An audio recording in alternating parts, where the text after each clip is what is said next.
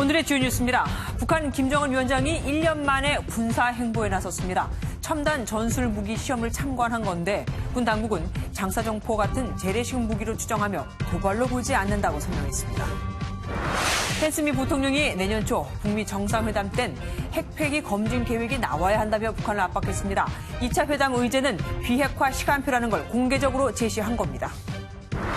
폭행과 엽기 행각을 저지른 양진호 한국미래기술회장이 검찰에 송치됐습니다. 적용 혐의만 10개인데 경찰은 특히 양 회장의 음란물 유포를 지시한 이른바 음란물 카르텔의 주범이라고 판단했습니다.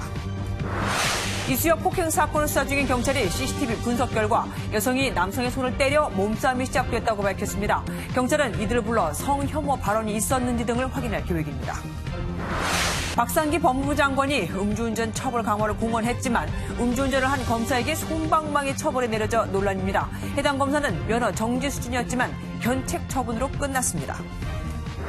정부에 잇따른 경고에도 1년 새 다주택자는 14만 명이 늘었습니다. 정부가 실거주가 아니면 팔라고 해놓고도 주택 임대사업자에게 혜택을 줘서 집을 사게 부추겼다는 비판이 나옵니다.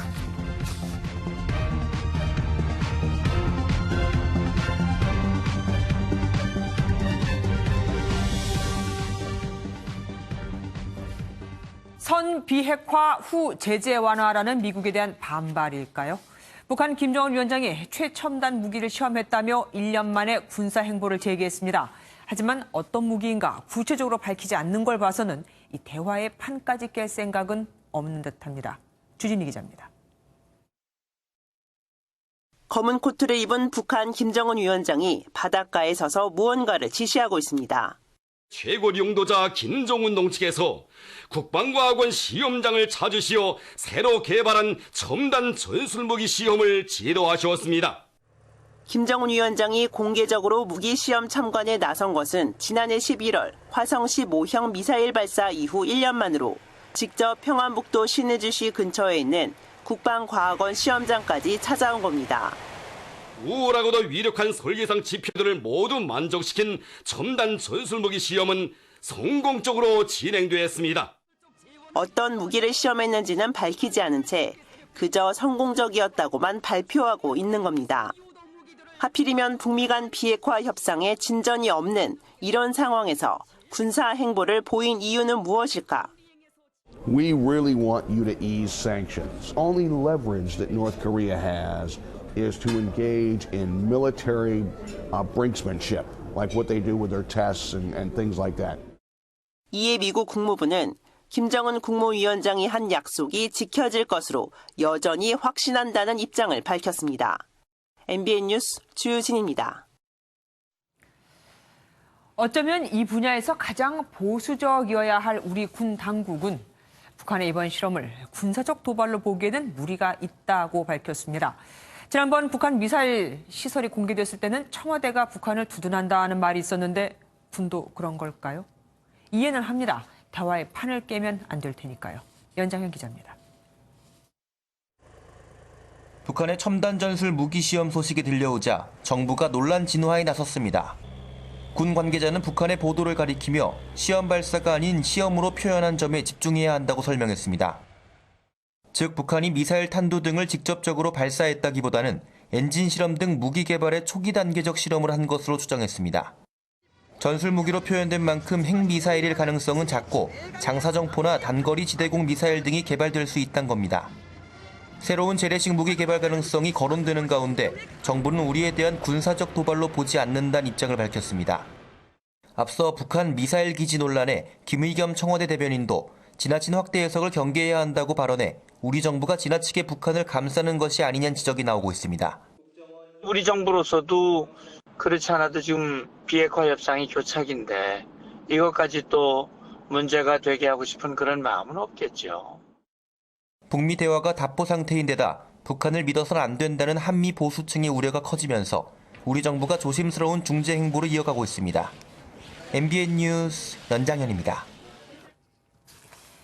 김정은 위원장은 앞으로 대외 환경이 좋아지면 북중 경협 추진 가능성이 높은 곳 신의주 개발도 지시했습니다. 이건 그만큼 제재가 풀릴 걸 예상하고 있다는 뜻이겠죠. 송은정 기자가 전합니다. 김정은 북한 국무위원장이 신의주시 대형 조감도 모형 앞에서 뭔가를 지시하고 있습니다. 조선중앙TV는 김 위원장이 현 시대의 요구에 맞게 개발하고 몇 해 안에 결실을 봐야 한다고 강조했다고 전했습니다.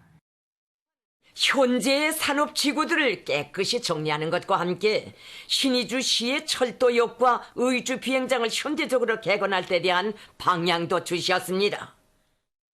북한 매체가 김 위원장의 첨단 전술무기 시험 지도를 보도한 날 동시에 신의주 개발 계획이 공개된 것을 두고 이례적이란 평가가 나옵니다. 일각에선 신의주가 북중 경협을 상징하는 도시라는 점에서 대외 환경 호전에 대비한 시설 구축 작업이란 해석이 있습니다. 또 북미 관계가 교착 상태지만 대화를 통해 경제 발전을 추구하겠다는 의지로도 보입니다. 그래서인지 북한은 지난달 16일 불법 입국해에 억류된 미국 국적자를 추방하기로 했습니다. 지난 5월 폼페이오 미 국무장관 방북을 계기로 억류 미국인 3명을 석방한 이후 약 6개월 만에 다시 미국인을 풀어준 겁니다. 심지어 비교적 조기에 석방한 것으로 현재 진행 중인 북미 대화의 분위기를 감안한 것으로 해석됩니다. 이뿐 아니라 북한은 귤이 전달된 지 나흘 만에 문재인 대통령이 뜻깊은 선물을 보냈다고 보도하며 남북 관계에도 신경 썼습니다. MBN 뉴스 송정입니다. 이런 가운데 펜스 미 부통령이 북한의 핵 목록 제출이 북미 정상회담의 전제 조건은 아니라고 밝혔습니다. 대화의 불씨를 살리고자 북한에 한 발 양보를 한 듯하죠. 하지만 트럼프 대통령을 만날 때는 반드시 핵 목록과 폐기 계획을 갖고 와야 한다고 밝혔습니다. 북한 입장에서 봤을 때는 시기만 좀 늦추는 것뿐이죠. 장명훈 기자입니다. 아세안 정상회의에 참석하고 있는 마이크 펜스 미국 부통령이 문재인 대통령과의 대담 후 북미 정상회담을 언급했습니다. 2차 정상회담이 내년 1월 1일 이후 열릴 것이며 시간과 장소는 논의 중이라고 밝힌 겁니다. 또 미 언론과의 인터뷰에선 정상회담이 성사되기 전까지 북한의 핵시설 목록을 요구하진 않을 것이라고 말했습니다. 그러면서 2차 정상회담에선 반드시 핵무기와 시설 목록을 제출해야 한다고 못 박았습니다. Identifying all of the weapons in question, identifying all the development sites, allowing for inspections of those sites and a plan for dismantling. 최근 북미 고위급 회담이 연기되고 삭간물 미사일 기지가 공개되는 등 북미 간 대화가 교착 국면을 보이면서 미국이 북한에 한 발 양보해주는 모양새입니다. 줄곧 북한의 핵목록 사전 제출을 요구해온 만큼 정상회담의 문턱을 파격적으로 낮췄다는 평가입니다. 하지만 정상회담 때는 비핵화 타임테이블을 반드시 밝혀야 한다는 점에서 또 비핵화 전 제재 해제는 없다는 점에서 기존 입장에 큰 변화는 없는 것으로 분석됩니다. MBN 뉴스 장명훈입니다. 남한을 방문 중인 북한 리종혁 아태평화위원회 부위원장은 당초 당국자 간, 그러니까 우리 정부 측 인사와는 만나지 않을 것이라고 했었죠. 하지만 이해찬 더불어민주당 대표와는 무려 2시간 반 동안이나 대화를 나눴습니다. 무슨 말을 했을까요? 이재호 기자입니다. 리종혁 북한 아태평화위 부위원장은 어제 이해찬 더불어민주당 대표 등과 2시간 넘게 만찬을 나눴습니다. 백두산 관광 실현과 남측의 시설 투자, 그리고 북한 제재 얘기도 일부 나왔습니다. 지금 실질적 교류 협력이 좀 돼야 되는데 이제 제재 국면 때문에 아쉬워하는 그런 분위기였습니다. 저녁 식사 후에는 양측 일행을 물리고 20분 정도 단독 차담을 했습니다. 어떤 대화가 오갔는지는 알려지지 않았습니다. 리 부위원장은 일제 강제징용 문제 진상규명을 촉구하는 국제 토론회에서 일본을 강도 높게 비판했습니다. 정계와 군부, 군수업체, 언론이 하나로 유착되어 군국화로 미친 듯이 내달리는 전쟁 국가, 지역의 평화와 안전을 위협하는 가장 불안전한 요소로 되고 있습니다.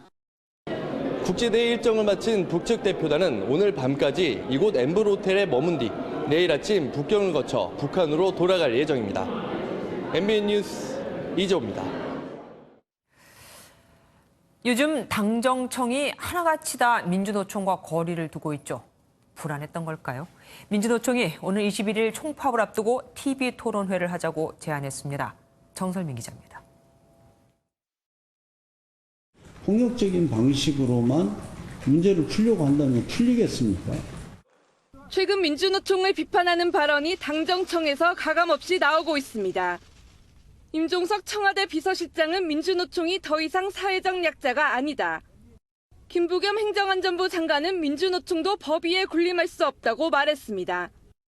MBN 기자와 만난 여권의 핵심 인사는 민주노총도 이제는 변해야 할 때라고 말했습니다. 당정청의 파산 공세에 몰린 민주노총. 청와대 앞에서 열린 집회는 다른 때와 분위기가 사뭇 달랐습니다.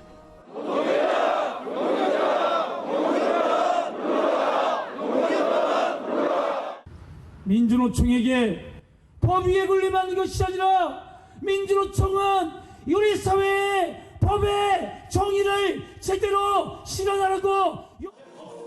민주노총은 TV 토론을 돌파구로 삼았습니다. 노사와 정부, 국회가 모여 탄력근로제 확대에 대해 토론하자고 제안했습니다. 민주노총은 오는 21일 국회를 비롯한 전국 15개 지역에서 총파업 대회를 열기로 했습니다. MBN 뉴스 정세민입니다. 민주노총과 정부 여당의 갈등이 심해지자 자유한국당은 이번이 기회라고 보는 듯합니다. 정부 측에 노동개혁을 하자고 제안한 겁니다. 국회 일정은 계속 보이콧하면서 말이죠. 이동석 기자입니다. 오는 21일 민주노총 총파업을 앞두고 김병준 자유한국당 비상대책위원장이 노동개혁을 위한 여야정 원탁회의 카드를 꺼내들었습니다. 청와대 노동개혁을 돕겠다고 선언한 데 이어 이번엔 여야정 논의기구를 만들자며 문재인 대통령에게 직접 제안한 겁니다.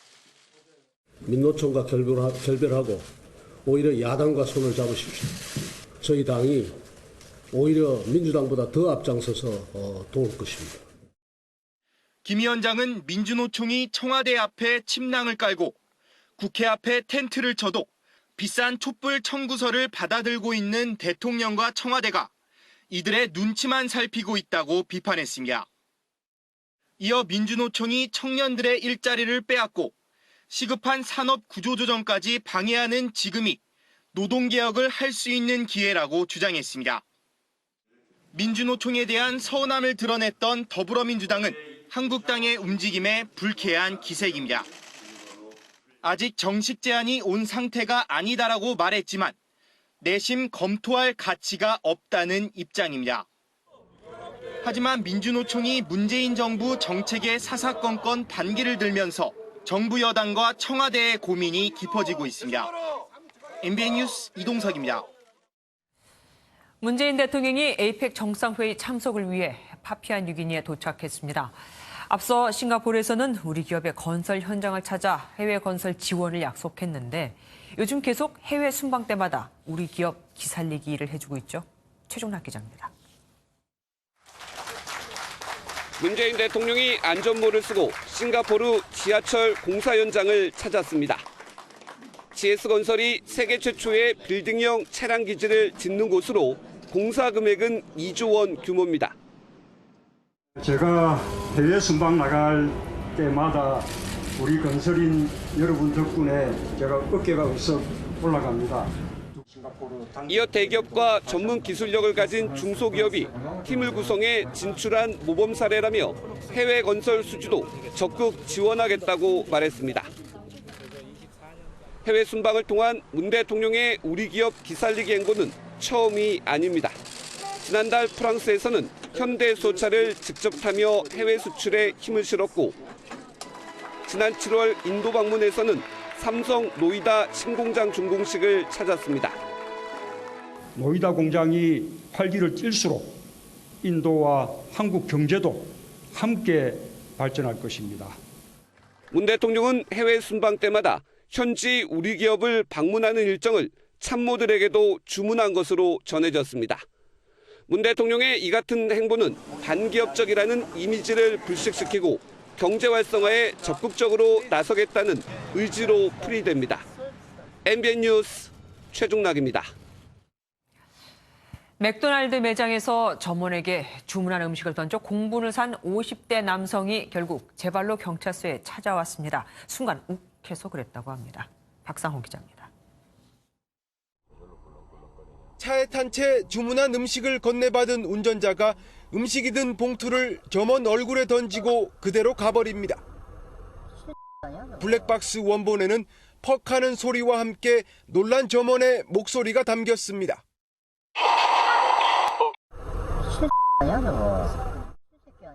차적 조회로 신원이 특정된 50대 운전자는 폭행 혐의로 고발돼 오는 19일 소환을 앞두고 있었습니다.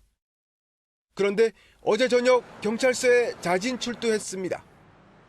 운전자는 세트 음식을 시켰는데 단품이 나와 순간 화가 났고 회사 일로 스트레스가 많은 상태에서 감정이 폭발했다고 진술했습니다. 경찰 조사에 앞서 피해자 가족과도 통화한 것으로 알려졌습니다. 잘못된 거 다 인정하고 피해자 만나가 진심으로 사과하고 싶다. 그래 진술했습니다. 피해자인 20대 점원은 정형외과와 정신과 치료까지 받은 것으로 전해졌습니다. 피해 영상이 올라온 인터넷 커뮤니티에는 당시 억울하고 분한 심경을 토로했습니다. 경찰은 진단서 내용에 따라 가해자에게 폭행보다 센 상해 혐의를 적용할 수도 있다고 밝혔습니다. MBN 뉴스 박상호입니다. 일명 리벤지 포르노 영상을 없애기 위해 피해자가 돈을 내고 또 내도 이 영상은 또 올라오고 또 올라와 피해자들을 여러 번 울리죠. 이유가 있었습니다. 영상을 올릴 수 있는 업로드 업체도 또 필터링하고 삭제해주는 업체 모두가 한국미래기술 양진호 회장 거였습니다. 윤기란 기자입니다. 유치장에서 나와 검찰로 향하는 양진호 회장입니다. 취재진의 질문이 쏟아지자 왜 자신을 멈춰 세웠느냐는 듯한 표정으로 경찰관을 힐끗 보더니 서둘러 호송차에 올라탑니다. 여러 범죄 혐의들의 얘기 좀 해주세요. 폭행 피해자의 한마디 어떻게요? 양 회장에게 적용된 혐의는 음란물 유포와 방조, 횡령과 강요, 폭행, 마약 등 10개입니다. 5만 2천여 건의 불법 촬영 음란물 등을 유포하면서 70억 원의 부당 이득을 올렸습니다.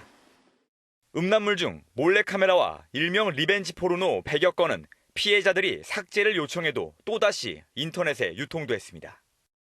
삭제 서비스를 제공하는 업체도 양 회장 소유였기 때문입니다.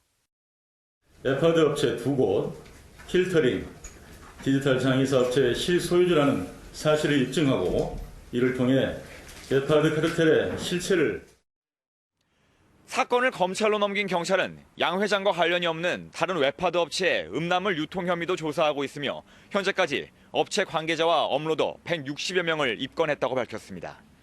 MBN 뉴스 윤기란입니다. 요즘 젊은 층들이 지인의 사진과 음란물을 합성해 이른바 지인 능욕이라는 놀이 아닌 놀이가 유행인데 이것도 어디까지나 성범죄입니다. 지인의 신상 정보까지 공개되는 등 문제가 심각하지만 적발이 쉽지 않고 처벌 수위도 솜방망이라 있으나 만합니다.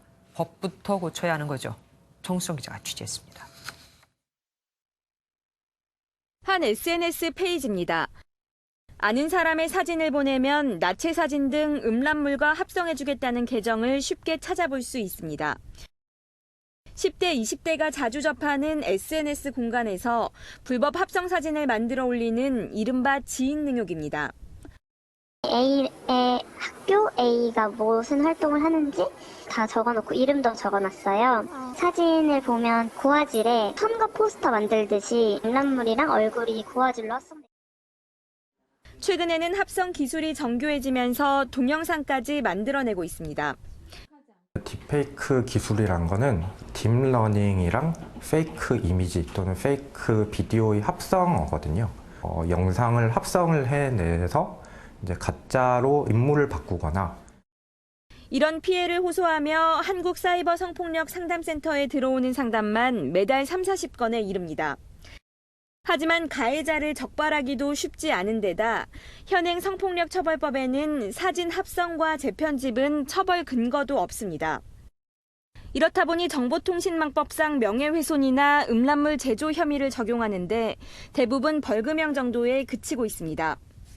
명백한 성폭력의 범주 안에 들음에도 불구하고 그 성폭력 사건으로 다루어지지 못하고 성폭력 처벌법으로 진행을 못하니까 온라인 공간에서 벌어지는 새로운 유형의 성범죄 처벌을 위한 법 개정이 필요하다는 지적입니다. MBN 뉴스 정수정입니다.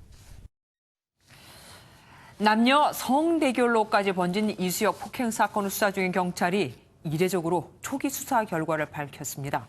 아직 모든 사실이 밝혀진 게 아니고 더 자세한 수사를 할 계획이지만 경찰이 일단 공개한 내용을 토대로 사건을 재구성해봤습니다. 강세영 기자입니다.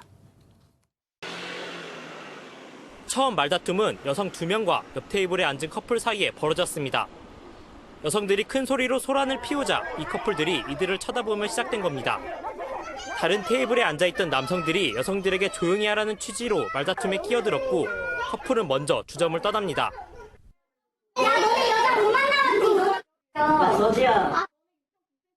그러다 여성 중 한 명이 남성들이 앉아있던 테이블로 다가가면서 상황은 악화됩니다.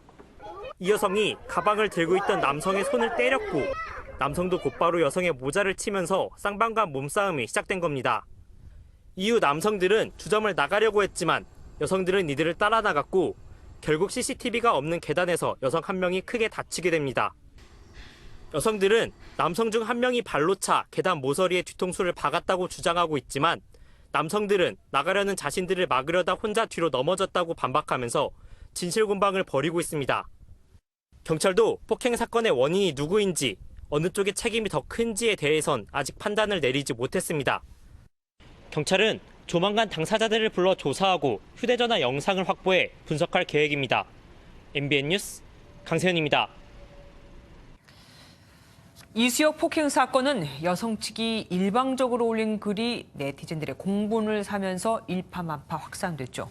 하지만 이 글은 경찰 초기 수사 내용과 상당 부분이 다릅니다. 이번에도 한쪽 말만 듣고 무분별한 마녀 사냥이 진행된 겁니다. 배준우 기자입니다. 이수역 폭행 사건은 당초 여성 측이 여성 혐오를 드러낸 남자들에게 폭행을 당했다며 청와대 국민청원에 글을 올리며 알려졌습니다. 온라인엔 남성들에 대한 비난으로 들끓었고 가해 남성들을 처벌해달라며 이틀 만에 30만 명이 동의하며 성대결 양상으로까지 번졌습니다. 하지만 경찰이 목격자 진술과 CCTV 등을 통해 확인한 당시 상황은 조금 달랐습니다. 확인되지 않은 사실을 바탕으로 한 마녀 사냥은 비단 이번뿐만이 아닙니다. 지난달에도 김포의 한 맘카페에서 자신의 조카가 보육교사에게 학대당했다는 글이 올라와 해당 교사가 목숨을 끊는 일이 발생했습니다. 당시에도 사실 여부와 관계없이 보육교사의 실명까지 공개되고 비난이 폭주했습니다. 지난해 9월엔 시내버스 기사가 아이가 혼자 내렸으니 세워달라는 요청을 무시했다는 글이 올라와 공분을 샀지만 역시 버스 내부 CCTV 확인 결과 사실이 아니었습니다. 시민들이 직접 인터넷 댓글이나 국민청원을 통해 사회 문제를 감시하는 이른바 스몰 시스터 현상이 많은 긍정적 효과에도 불구하고 적지 않은 부작용이 나오고 있는 겁니다. 네티즌들은 자기 견해와 유사한 견해는 쉽게 받아들이지만 그렇지 않은 견해는 기본적으로 배척하는 경향을 가지고 있는데 사안 자체를 냉정하게 보려고 하는. 인터넷을 통한 시민들의 자발적인 목소리가 자칫 또 다른 피해자를 만드는 건 아닌지 스스로 되돌아볼 시점입니다. MBN 뉴스 배준우입니다. 고도 비만 환자에게 처방해야 하는 전문 의약품이 이른바 다이어트 주사로 둔갑해 팔리고 있습니다. 의사 처방을 받아야 한다고 할 때는 다 이유가 있는 거죠. 이수아 기자입니다. 한 의원에 들어가 다이어트 주사, 삭센다를 찾자 직원이 바로 물건을 내놓습니다. 원장님 안 배워가도 되나요? 하셔가지고 먼저 드시겠어요? 다른 곳에서는 상담 직원이 재고량이 많지 않다며 대량 구매까지 권합니다. 지금도 붐을 일으켜가지고 한 몇 개월에 언제 들어올지도 모르거든요. 그러니까 그런 거 생각하셔서 펜을 좀 많이 사가시는 게 좋고. 싹센다 주사는 배나 허벅지같이 지방이 많은 부위에 직접 주사하는 방식인데 젊은 층 사이에서는 이른바 강남 다이어트 주사로 불립니다. 하지만 삭센다 주사는 고도비만 환자에 처방되는 전문 의약품입니다. 또 구토 등의 부작용, 갑상선 암과 췌장염 관련 경고사항을 의사가 직접 알려야 하고 제품을 광고하는 것도 불법입니다. 전문의약품은 반드시 의사의 진료와 처방을 받고 사용되는 의약품입니다. 많은 부작용이 있을 우려가 있습니다. 서울시 민생사법경찰단은 삭센다를 불법 판매 광고한 병의원 24곳을 수사 중입니다. MBN 뉴스 이수아입니다. 낚시 바늘을 삼킨 4살배기 아이가 숨도 제대로 쉬지 못하고 고통스러워하고 있는데 길은 엄청 막히고 앞이 깜깜한 상황에서 마침 교통정리를 하던 경찰관이 이 아이를 구해냈습니다. 첫 병원에서 수술이 불가능하자 다음 병원으로 또 옮겨준 겁니다. 정치훈 기자입니다. 경찰차가 중앙선을 넘어 빠른 속도로 질주합니다. 앞선 차들이 비켜주는 사이 속도를 올립니다. 골목길을 지나 6km를 내달려 도착한 곳은 병원. 치료가 어렵다는 말에 2km를 더 달려 인근 대학병원에 도착합니다. 아이를 낳은 엄마가 급히 응급실로 달려들어가고 경찰관도 이내 따라 들어갑니다. 4살배기 아이가 집에서 낚싯바늘을 삼키자 부모는 다급히 병원을 찾았습니다. 위급한 순간이었지만 수능 시험이 끝나는 시간과 맞물리면서 도로는 꼼짝 못할 정도로 차량 정체가 심했습니다. 때마침 교통정리를 하러 가던 경찰관에게 도움을 청했습니다. 좀 심각해 보였습니다. 입안에 낚싯바늘 실이 나와 있고 가는 도중에 움직이면 안에서 또 더 다칠까 봐. 다행히 아이는 응급수술을 받고 입원 치료를 받고 있습니다. 마음이 되게 급했죠. 이게 더 들어가는 게 아닌지. 가시면서도 계속 애기 걱정도 해주시고 이러셔서 저는 너무 감사했죠. 경찰은 양보를 해준 시민들의 덕이었다며 공을 밀었습니다. MBN 뉴스 정춘우입니다. 고속도로에서 추돌 사고를 수습하는 현장을 26톤급 트레일러가 덮쳤습니다. 트레일러 운전자가 숨지고 2명이 다쳤는데 당시 아찔했던 사고 장면이 블랙박스에 고스란히 담겼습니다. 김영현 기자입니다. 고속도로 갓길에 사고로 정차 중인 차량들이 줄지어 있습니다. 그런데 갑자기 26톤급 트레일러가 앞서 달리던 승용차를 그대로 들이받습니다. 사고 충격으로 튕겨 지나간 승용차는 119 구급차와 충돌하고 트레일러는 뒤집혀 버립니다. 충북 괴산군 중부 내륙고속도로 연풍 나들목 인근에서 20대 운전자가 몰던 트레일러가 승용차를 들이받았습니다. 이 사고로 트레일러 운전자가 크게 다쳐 병원으로 옮겨졌으나 끝내 숨졌고 2명이 다쳤습니다. 다행히 사고 수습으로 길가에 정차 중이었던 119 구급차에는 사람이 없어 화를 면했습니다. 처음에 3중 추돌이 났고 차가 막히니까 수레라가 와가지고 1차로에 있는 차를 추돌했고. 경찰은 목격자를 상대로 사고 원인을 조사하고 있습니다. MBN 뉴스 김영현입니다. 숙명여고 내신 부정 사건과 관련해 자유한국당이 김상곤 전 부총리 딸을 걸고 넘어졌다가 2시간 만에 사과했습니다. 가짜 뉴스에 당한 겁니다. 이정호 기자입니다. 자유한국당 아침회의, 김성태 원내대표가 인터넷에 떠도는 이야기 하나를 꺼냅니다. 김상곤 전 교육부총리의 자식을 담임교사로 책임졌던 분이 이번 숙명여고 쌍둥이 딸의 아빠라는 의혹이. 김 전 부총리의 딸에 대해 내신 의혹 가능성을 제기한 것인데 김용태 사무총장은 취재진에게 의혹을 밝혀달라고 요청합니다. 이게 정말 단지 우연의 일치인지 알 수 없는 노릇입니다. 우리 당도 물론이거냐 우리 언론연구께서도 이 문제에 관심을 가지시고 혹시라도 어떤 우연의 일치가 아니었는 게. 교육부는 즉각 김 전 부총리에 따른 숙명여고에 다녔지만 김 교사가 담임을 맡은 적은 없다고 의혹을 부인했습니다. 김용태 사무총장은 결국 발언 2시간 만에 문자를 돌려 김 전 부총리 등에게 사과한다고 밝혔습니다. 김상곤 전 부총리는 공당의 고위 당직자가 사실 확인 없이 문제를 제기한 점에 대해 놀라움과 심각한 유감을 표한다고 말했습니다. 확인되지 않은 의혹에 열을 올리는 야당의 모습에 국민의 실망도 커지고 있습니다. MBN 뉴스 이정호입니다. 올해 수능은 국어가 많이 역대 세 손가락 안에 꼽힐 정도로 어려웠다고 하죠. 시험이 어려워서 불안했던 걸까요? 대입 전략을 짜는 입시 설명회장은 학부모와 학생들로 인산인해를 이뤘습니다. 전남주 기자입니다. 수능 시험을 마치고 다시 학교로 돌아온 고3 수험생들. 가채점 결과를 선생님께 제출하는 학생들의 표정은 그리 밝지 못합니다. 국어 영역에서 초고난도 문제가 출제되면서 좋은 점수를 기대하기 어려워졌습니다. 국어가 당황스러울 만한 문제들이 좀 나오고 해서 수험생들이 이제 멘탈이 좀 무너졌을 수도 있고요. 그런 상태에서 시험을 봤으면 이제 뒤에서도 문제가 좀 어려웠기 때문에 입시 설명회가 열리는 한 대학교 건물 밖으로 사람들이 길게 줄지어 있습니다. 어려웠던 수능 탓에 입시 정보를 얻기 위해 학부모들이 몰려든 건데 3,000명을 수용하는 강당엔 발 디딜 틈이 없습니다. 학부모들은 정보를 하나라도 더 얻기 위해 책을 열심히 보고 연사의 설명에 귀를 기울입니다. 특히 이제 국어 부분이 많이 어려워가지고 때문에 많이 혼란스러워하시고 시험 끝난 다음부터 이제 2차 레이스니까 거기서부터 이제 정보를 좀 얻기 위해서 여기.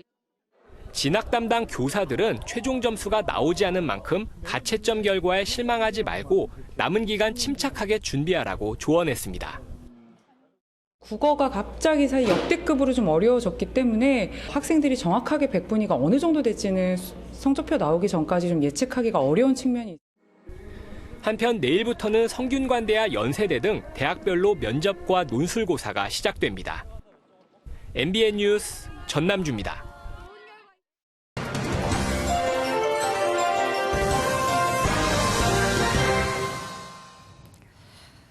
저녁이 있는 삶을 위해 구급 공무원이 됐다. 3년 전 서울대학교 학내 게시판에 올라온 글입니다. 댓글에는 소신 있다, 선택을 존중한다는 글과 함께 학벌이 아깝다, 공무원 응시자가 더 늘 것 같다는 걱정도 올라왔죠. 좋은 연봉에 만족스러운 복지, 출산과 육아로 인한 경력 단절도 신경 쓸 필요가 없고 무엇보다 특별한 일이 없는 한 정년까지 보장받을 수 있는 말 그대로 요즘 시대 환상적인 직업 공무원. 때문에 어제는 수능 고사장이 아닌 노량진 학원으로 향한 공딩족, 이른바 대학에 진학하지 않고 바로 공무원 시험을 준비하는 고3 학생이 수천 명이나 됐습니다. 경제는 나아질 줄 모르고 대학에 가도 취업은 하늘의 별 따기. 거기에 최근 벌어진 숙명여고 시험지 유출 문제 등으로 대입 전형 자체에 불신까지 생긴 상황. 그런데 안정된 공무원의 수까지 늘리겠다니 남들보다 좀 더 일찍 공무원 준비를 하겠다는 겁니다. 최근 5년간 구급 공무원 시험에 응시한 18세에서 19세에 해당하는 청년들은 3,000명 전으로 계속 늘고 있고 합격자 수 역시 늘고 있습니다. 공무원을 선택한 게 아닌 선택할 수밖에 없는 상황인 건 100번 이해합니다. 그런데 공무원은 단순히 경제적으로 안정됐다는 것 외에도 국가에 대한 봉사정신 등 특별한 의무감을 필요로 하는 직업입니다. 만일 경제적인 이유만으로 공무원을 선택한 이들에게 봉사정신을 요구한다면 또 개성과 능력을 발휘해 나라에 생기를 불어넣을 수 있는 청년들이 직업의 안정성만을 보고 공무원을 꿈꾸는 사회라면 좀 더 생각을 해봐야 하지 않을까요? 청년 대부분이 공무원을 꿈꾸는 나라, 한국은 더 이상 매력적이지 않다. 세계적인 투자가 짐 로저스가 한 말입니다. 청년의 꿈이 공무원인 정치된 나라엔 더 이상 투자할 생각이 없다는 겁니다. 이게 지금 우리가 처한 현실입니다. 지금이라도 일자리가 부족하니 공무원이라도 늘리겠다 보다는 왜 일자리가 부족한지, 양질의 일자리를 늘리려면 어떤 대책이 필요한지부터 제대로 생각을 해봐야 합니다. 속으로 골마가는 상처를 피부만 소독한다고 다 치유되는 게 아니듯이 말입니다. 뉴스 초점이었습니다.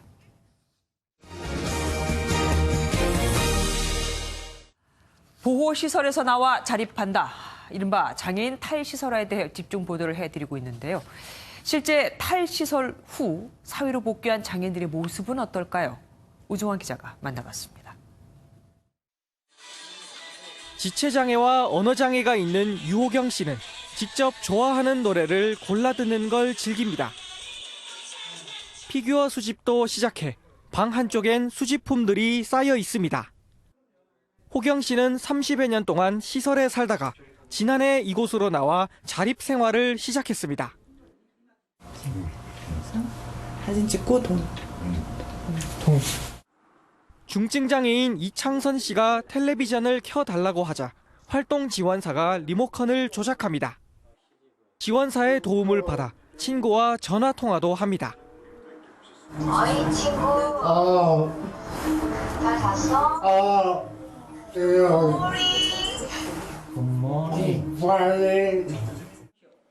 창선 씨 역시 20여 년간 시설 생활을 끝내고 홀로 서기를 택했습니다.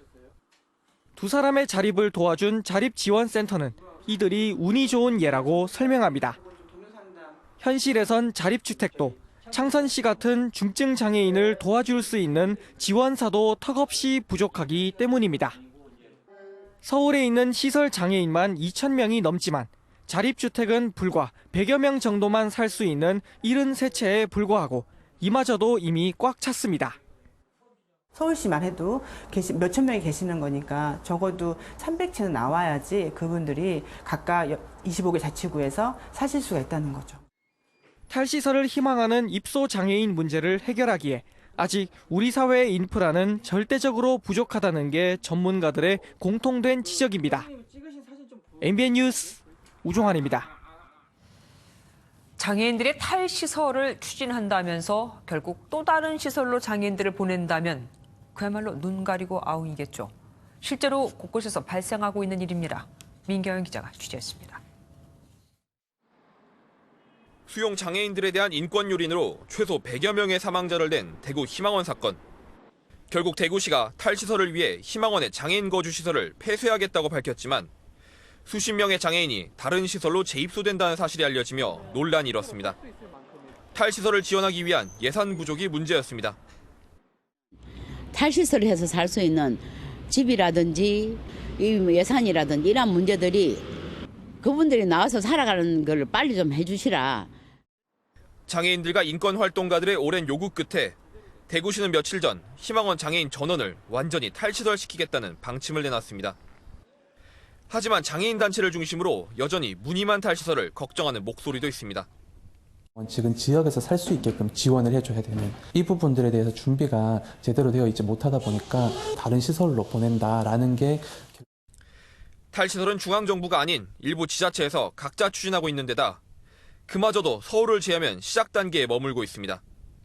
보건복지부가 내년에 사상 처음으로 탈시설 예산을 편성하긴 했지만 고작 100여 명을 지원할 수 있는 규모에 불과하다는 지적입니다. 저희는 내년에 시험 사업 성격으로 처음 시작하는 거라서 일단 반영이 28억만 되긴 하는데 아직. 전국 장애인 시설에 거주하고 있는 인원은 3만여 명. 보다 체계적인 중앙정부 지원과 예산 편성이 절실해 보입니다. MBN 뉴스 민경영입니다. 박상기 법무부 장관이 음주운전 처벌 강화를 공언했지만 정작 음주운전을 하는 검사에게는 솜방망이 처벌에 내려져 논란이 일고 있습니다.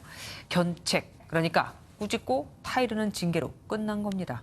이병주 기자입니다. 박상기 법무부 장관은 국민청원에 대한 응답으로 음주운전은 살인행위라는 문재인 대통령의 발언을 강조하면서 처벌 강화를 주장했습니다.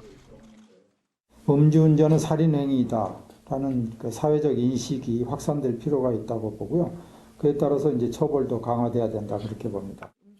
그런데 이 발언 이후 얼마 지나지 않아 내려진 음주운전 검사에 대한 징계는 가장 약한 수준이었습니다. 지난 3월 부산에서 혈중 알코올 농도 0.08%의 상태로 음주운전했던 검사가 훈계 수준의 견책 처분을 받은 겁니다. 법무부 관계자는 외부 인사 9명 등 10명으로 구성된 감찰위원회에서 당시 정황을 고려해 처벌 수위를 정했다고 설명했습니다.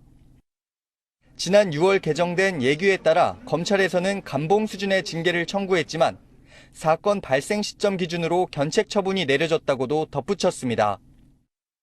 하지만 경찰은 검찰과 달리 혈중 알코올 농도나 적발 횟수에 관계없이 최소 정직 이상의 중징계를 내리고 있습니다. 검찰의 음주운전 사범에 대해서 엄정한 처벌을 하라고 지시한 법무부가 정작 내부 징계에는 관대한 것 아니냐는 지적이 이어지고 있습니다. MBN 뉴스 이병주입니다. 노인 인구가 늘면서 고령 운전자 운전사고도 급증하고 있습니다. 고령자 면허 반납 정책을 도입한 부산시에선 사고가 크게 줄었다고도 하는데 그래봤자 장롱 면허만 나올 뿐이라는 말도 있습니다. 노태현 기자가 알아봤습니다. 할머니를 넘어뜨린 SUV 차량이 마트를 향해 돌진하고 헛도는 앞바퀴에선 연기가 납니다. 골목에서 승용차가 갑자기 속도를 내더니 주차된 차량을 잇따라 들이받고 옆으로 넘어집니다. 모두 고령 운전자가 브레이크를 밟으려다 가속 페달을 밟으면서 발생한 사고입니다. 고령 운전자 수가 늘면서 사고도 급증하고 있습니다. 지난해 고령 운전자 사고는 26,700여 건으로 5년 사이 50% 넘게 늘었습니다. 저는 젊었을 때는 막 내 지킨다고 지가 따라 하겠다고 싹싹 피해가서 가는데 이제 늦으니까. 부산시는 올 들어 고령 운전자 사고를 막기 위해 아예 면허를 반납하는 정책을 내놨습니다. 면허를 반납하면 교통카드와 지역 내 상점 할인 카드를 제공한 건데 이 덕분에 지난해 대비 12배나 많은 3,700여 건의 면허 반납이 이루어졌습니다. 같은 기간 고령 운전자 교통사고로 인한 사망자 수도 47%나 줄었습니다. 운전하시는 고령자들이 자신감 있게 그리고 떳떳하게 이렇게 반납에 대해서 아주 좋게 생각을. 정부도 내년부터 고령 운전자 적성검사 주기를 단축하고 적성검사 시 인지 능력을 스스로 점검할 수 있는 교육 절차를 추가하기로 했습니다. 운전자가 스스로 본인의 인지 능력을 점검해 볼 수 있는 계기가 없습니다. 근데 이러한 검사를 통해서 나의 인지 능력을 스스로 한번 점검해 보고. 전문가들은 중장기적으로는 부산시의 사례처럼 자발적인 면허 반납으로 이어질 수 있도록 인센티브 제공 등 당근을 주는 대책이 필요하다고 지적했습니다. MBN 뉴스 노태현입니다. 요즘은 직업이 있어도 아르바이트를 하는 사람이 많습니다. 자투리 시간에 조금이라도 돈을 벌려는 건데 지원자가 몰리니 경쟁이 높아지고 아르바이트 자리 구하기도 더 힘들어집니다. 이상원 기자가 아르바이트 현장을 동행 취재했습니다. 오늘 탈 차는 이 차입니다. 기자가 동승한 지 약 5분 만에 승객이 탑승합니다. 목적지를 설정하고 운전하다. 목적지에 도착하였습니다. 원하시는 하차 장소 있으신가요? 목적지에 승객을 내려줍니다. 한 달 전 승합차 운전기사 아르바이트를 시작한 이 남성의 본업은 연극 배우입니다. 시급 10,000원 내외의 이 알바를 하루 5시간씩 하면 한 달 약 150만 원을 벌 수 있습니다. 아무래도 역시 생계적인 부분이 제일 큰 것 같고요. 그 시간을 이용해서 조금 더 생계를 위한 돈을 벌고. 운전기사 알바 모집 한 달 만에 지원자는 3,000명 넘게 몰렸습니다. 원래 생각했던 것보다 굉장히 많은 수치의 지원자분들이 계셨고요. 대부분이 전업보다는 세컨잡으로. 출퇴근길 자기 차량에 승객을 태우고 돈을 버는 카카오 카풀 기사도 상황은 비슷합니다. 아직 서비스를 시작하지도 않았지만 지난달 모집 시작 보름 만에 4만 명 넘게 지원했습니다.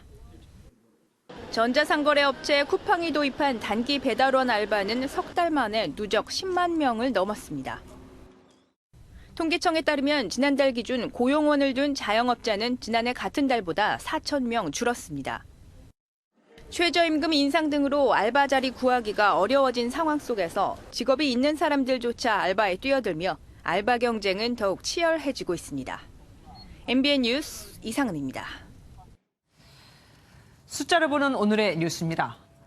작년에 집값이 껑충 뛰어서 1억 원 이상 번 사람이 무려 104만 명이나 됩니다. 1억 원에서 3억 원 사이가 84만 명, 5억 원 이상 번 사람도 무려 6만 명을 넘죠. 이 조사도 공시가격 기준이니까 실제 집값을 생각해보면 더 올랐다고도 할 수 있을 겁니다. 금액에 상관없이 집으로 돈 좀 벌었다 하는 사람을 다 합하면 거의 1,000만 명에 육박합니다. 집 가진 사람 10명 중 7명이 재미를 본 셈이죠. 이러니 정부에서 다주택자들한테 아무리 집을 파시라고 해도 말빨이 먹히지 않는 거겠죠. 오히려 다주택자는 작년에만 14만 명이 더 늘었습니다. 김경기 기자가 보도합니다. 지난해 서울 집값이 급등할 조짐을 보이자 정부는 다주택자들에게 연이어 경고장을 날렸습니다. 더 버티면 양도세 중과 등 세금 폭탄만 맞게 될 것이라며 사는 집이 아니면 팔라는 겁니다. 내년 4월까지 우리가 시간을 드렸거든요. 자기가 사는 집이 아닌 집들은 좀 파시고. 하지만 시장은 정반대로 움직였습니다. 통계청 조사 결과 지난해 2채 이상 집을 소유한 사람은 211만 9천 명, 1년 전보다 14만 명이 증가했습니다. 전체 주택 보유자 중 다주택자가 차지하는 비중도 0.6%포인트 높아졌습니다. 정부가 전월세 시장 안정을 위해 각종 혜택을 주며 임대주택 등록을 장려하자 집을 팔지 않고 오히려 더 사서 임대 등록한 겁니다. 집을 5채 이상 가진 이른바 집부자도 11만 명을 넘어섰습니다. 한 채 가지고 임대 사업자 등록을 내기가 애매하죠. 그러다 보니까 이제 집을 하나 둘 더 사게 돼서 오히려 이 3주택, 4주택자가 늘어나는 그런 왜곡 현상이. 정부는 뒤늦게 임대 등록제의 부작용을 인정하고 혜택을 줄였지만 뛰는 집값에 놀라 급하게 대책을 내놓다 정책 엇박자만 키웠다는 비판을 피하긴 어려워 보입니다. MBN 뉴스 김경희입니다. 국내 토종펀드가 한진칼 지분을 대거 확보하며 한진그룹 경영권을 위협하고 있습니다. 물컵 갑질 사태 등으로 여론이 안 좋아 소액주주나 국민연금이 여기에 동조할 가능성도 있고 그래서 한진이 바짝 긴장하고 있습니다. 차민아 기자입니다. 국내 사모펀드 KCGI가 확보한 한진그룹 지주사 한진칼 지분은 9%. 조양호 회장에 이어 단숨에 2대 주주로 올라섰습니다. KCGI는 지배구조가 취약하거나 문제가 있는 회사의 지분을 사들여 경영에 참여하는 일명 주주행동주의 펀드. 한진 경영권을 정조준한 것으로 주주총회에서 표대결이 불가피할 것이란 관측입니다. 일단 지분만 놓고 보면 한진이 우세합니다. 한진 오너일가 등 특수관계 지분이 28.9%에 달하기 때문입니다. KCGI가 외국인 주주나 국내외 기관을 규합해도 23% 안팎. 문제는 한진의 경영관리 개선책을 내놓으라고 요구해온 국민연금이 KCGI에 합류한다면 한진 총수일가 지분율을 바로 넘어섭니다. 여기에 물컵 갑질 사태로 한진 오너일가가 국민적 공분을 샀던 만큼 드러나지 않은 기관 투자자나 소액 주주들이 동조할 가능성도 높습니다. 실제로 지배구조 개선 기대감에 한진칼 주가는 오늘 하루만 15%나 뛰었습니다. 지분율이 낮은 것도 있고요. 소액 주주들의 의결권을 모으기가 쉽다고 판단했기 때문이 아닌가. KCGI는 내년 3월 주주총회에서 임기가 만료되는 이사진 교체를 시도하며 본격적으로 행동에 나설 전망입니다. 물컵 갑질 사태로 홍역을 치른 한진그룹으로선 경영권 위협이라는 더 큰 위기에 봉착한 셈입니다. MBN 뉴스 차민아입니다.